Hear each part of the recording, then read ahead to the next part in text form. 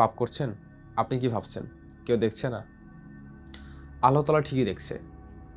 এগুলো পুরাতন কথা। এগুলো সবাই বলে। আসুন, বর্তমান বিজ্ঞান কি বলে আমরা সেই আলোতে বোঝার চেষ্টা করি। বর্তমান বিজ্ঞান বলে আমরা যে কথাগুলো বলি, আমরা যেই শব্দগুলো উচ্চারণ করি, প্রত্যেকটা কথা বাতাসে তরঙ্গ আকারে রেকর্ড হয়ে থাকে। এখন যদি আপনাকে বলা হয় কিয়ামতের ময়দানে আপনার মুখ আপনার বিপক্ষে সাক্ষী দিবে যদি পাপ কাজ করেন। আবার আপনার মুখ আপনার পক্ষে সাক্ষী দিবে যদি আপনি ভালো কাজ করেন। বাতাস আপনার পক্ষে সাক্ষী দিবে, আবার খারাপ কাজ করলে বাতাস আপনার বিপক্ষে সাক্ষী দিবে। এটা কিভাবে সম্ভব? অনেকের মাঝে এমনও কিছু প্রশ্ন ছিল অতীতে, মানুষ এখান থেকে যদি কল করে অন্য একটা মানুষের সাথে কথা বলতে পারবে। এটা কিন্তু একটা স্বপ্নের মতো ছিল। অনেকের কাছে জাদু ছাড়া কিছুই না। কিন্তু এটা বর্তমান সময়ে কিন্তু আধুনিক বিজ্ঞান কিন্তু বাস্তবায়ন করেছে। এটা মানুষের কাছে এখন কমন।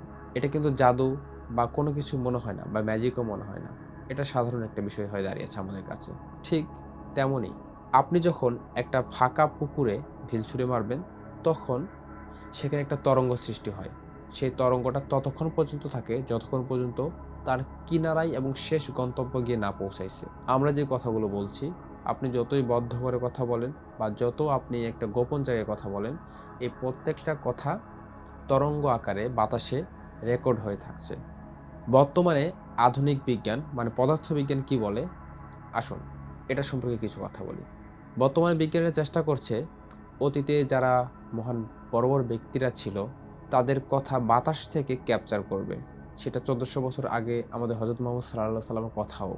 ঠিক যেমন দুধ থেকে ফ্যাট এবং তরল আলাদা করা হয়, ঠিক ওইরকম করে সেই লক্ষ লক্ষ কথার মাঝে থেকে সেই বিশেষ ব্যক্তিদের কথা আলাদা করে আমাদের সামনে উপস্থাপন করবে। বর্তমান বিজ্ঞান আমাদেরকে এরকম আশ্বাস দিয়েছে। অতীতে যাদেরকে আমরা কখনো চোখে দেখিনি, যাদের কথা শুনিনি, শুধু আমরা বইয়ে পড়ে এসেছি, অতীতে সেই বলা কথা যদি বর্তমান সময়ে যদি ক্যাপচার করা সম্ভব হয় বাতাস থেকে, তাহলে কি আপনার মনে হচ্ছে না কিয়ামতের ময়দানে বাতাস আমাদের বিপক্ষে এবং পক্ষে সাক্ষী দেবে? মানুষ যেখানে বাতাস থেকে শব্দ ক্যাপচার করতে পারে, রেকর্ড হওয়া শব্দ, সেখানে আল্লাহ কি পারবে না? আল্লাহ তো আরো মহান শক্তিশালী। এখন আসি সে শেষ গন্তব্য। প্রতিটা পুকুরের একটা শেষ গন্তব্য থাকে, তার কিনারা। ঠিক তেমনই মানুষের জীবনেও একটা শেষ গন্তব্য থাকে, মানুষের জীবনের সীমারেখা। এবং পৃথিবীরও একটা শেষ কিনারা রয়েছে। সেটা কিয়ামতের সময় যখন পৃথিবী ধ্বংস হয়ে যাবে, সেই শেষ সীমারেখা। সেই শেষ সীমারেখার পরে সবকিছু স্থির হয়ে যাবে। আর সেখান থেকেই প্রত্যেকটা মানুষের কথা, কার্যক্রম, প্রত্যেকটা মানুষের গতিবিধি এই পৃথিবী থেকেই আল্লাহ তাআলা ক্যাপচার করে নিবে এবং মানুষের আমলনামা মানুষের সামনে উপস্থাপন করা হবে। তখন মানুষ নিজে দেখতে পারবে কি ভালো কাজ করছে, কি খারাপ কাজ করছে, কি অন্যায় করেছে, কি ন্যায় করেছে, কাকে কি বলে গালি দিয়েছে, কাকে কোন কথা বলে মানুষকে কষ্ট দিয়েছে, আল্লাহর দিন প্রতিষ্ঠার লক্ষ্যে কারা কাজ করেছে এবং আল্লাহর দিন প্রতিষ্ঠার লক্ষ্যে কাজ না করে কারা বিপক্ষে কাজ করেছে। তো মানুষের সেই ক্যাপচারকৃত যে শব্দগুলো ভালো এবং খারাপ, তখন কিন্তু মানুষের সামনে এগুলো ভেসে উঠবে। তখন কিন্তু এগুলো অস্বীকার করার কোনো অজুহাত থাকবে না। কারণ আপনার বলা কথাগুলোই আপনার চোখের সামনে ভেসে উঠবে। আপনি নিজের কানে শুনতে পারবেন। এই পৃথিবীটাই একটা পরীক্ষা ক্ষেত্র এবং এই পৃথিবীটা একটা ডিভাইসের মতো। প্রত্যেকটা মানুষের কার্যকলাপ, প্রত্যেকটা মানুষের গতিবিধি রেকর্ড হয়ে থাকছে এই পৃথিবীতেই। আমি কিন্তু আপনাদের ফেরেশতা, জান্নাত, জাহান্নাম এগুলো দিয়ে বুঝাইনি। আপনাদেরকে বর্তমান আধুনিক বিজ্ঞান দিয়ে বোঝালাম।